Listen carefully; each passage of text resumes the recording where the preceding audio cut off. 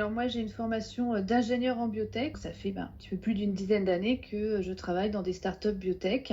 Et depuis janvier 2022, j'ai rejoint le groupement d'employeurs Biosupport et dont les missions sont de mettre à disposition des startups des collaborateurs sur des fonctions support, donc administratif, financier, juridique, qualité, HSE.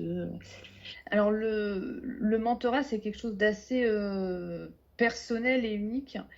Pour moi, c'est être là à écouter, être prêt à partager son savoir-faire, ses expériences, à essayer, voilà, quand il se pose des questions, de lui donner des pistes. Alors, on n'a pas forcément toujours les réponses, mais au moins avoir un début de piste ou une personne qui pourrait contacter. Il faut être prêt à discuter sans imposer sa vision.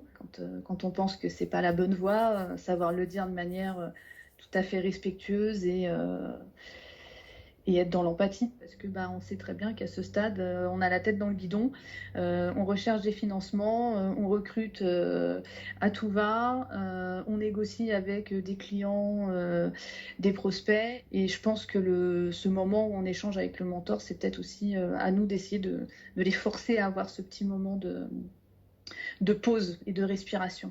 En termes d'organisation, on n'a pas eu de consignes particulières. Nous, ce qu'on a mis en place avec l'entrepreneur que je mentor, c'est qu'on se parle à peu près 1 heure, une fois par mois.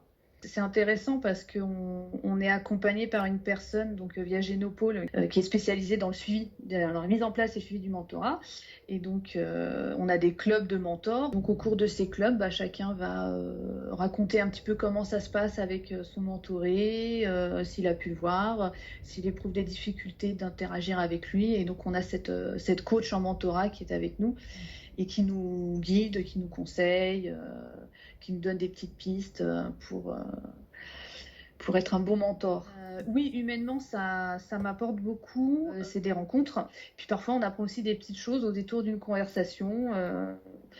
L'existence d'un financement ou d'une aide spéciale, par exemple, pour obtenir des visas pour des collaborateurs étrangers. Ouais, je ne savais pas que ça existait. J'ai appris ça complètement par hasard. Le fait de partager son expérience, c'est extrêmement valorisant. De se rendre compte aussi qu'on peut avoir des avis sur certains sujets qui peuvent servir à quelqu'un, c'est très satisfaisant. Et je pense que c'est une très belle expérience humaine à avoir. C'est 1 an d'engagement. Si c'est possible, oui, j'aimerais bien continuer.